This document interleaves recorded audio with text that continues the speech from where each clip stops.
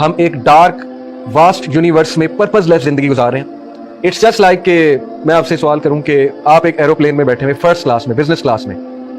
और आपके पास हर सहूलत मौजूद है उस बिजनेस क्लास में। आप एसी में बैठे हुए हैं, सोफे को जो है वो लंबा करके लेटे हुए हैं, खाना जबरदस्त खा रहे हैं, सर्विस आपके पास कमाल किस्म की है, लेकिन अल्टीमेटली आपको पता है कि प्लेन ने क्रैश होना है। ये आपके जहन में पहले से कि प्लेन ने क्रैश होना है, मैं कुछ देर के लिए यहाँ पे हूँ, चलो सीट पे बैठे बैठे जितना कुछ सीट को बेहतर बना सकता हूँ, जितना खाना जमा कर सकता हूँ, जखीरा कर सकता हूँ वो करूँ, लोगों के साथ सोशलाइज करूँ, लेकिन अल्टीमेटली प्लेन ने क्रैश होना है, प्लेन ने गिरना ही गिरना है और मैंने मरना है। तो कैसा आपको लगेगा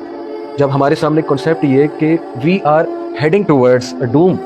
हमने तो खत्म होना है। जब आपको पर्सपेक्टिव ये दिया जा रहा है कि आप एक सिंकिंग शिप का हिस्सा है, ये शिप ने तो सिंक होना है, तो फिर मुझे बताएं कि क्या आफ्टर इफेक्ट्स ह्यूमन माइंड पे आते हैं, ह्यूमन प्रोग्रेस पे क्या आफ्टर इफेक्ट्स आते हैं, फिर कितनी की मोटिवेशन रह जाती है टू बी गुड, फिर कितनी की मोटिवेशन रह जाती है to spend life in a productive manner. Overall humanity को सामने रखते हुए बात करें।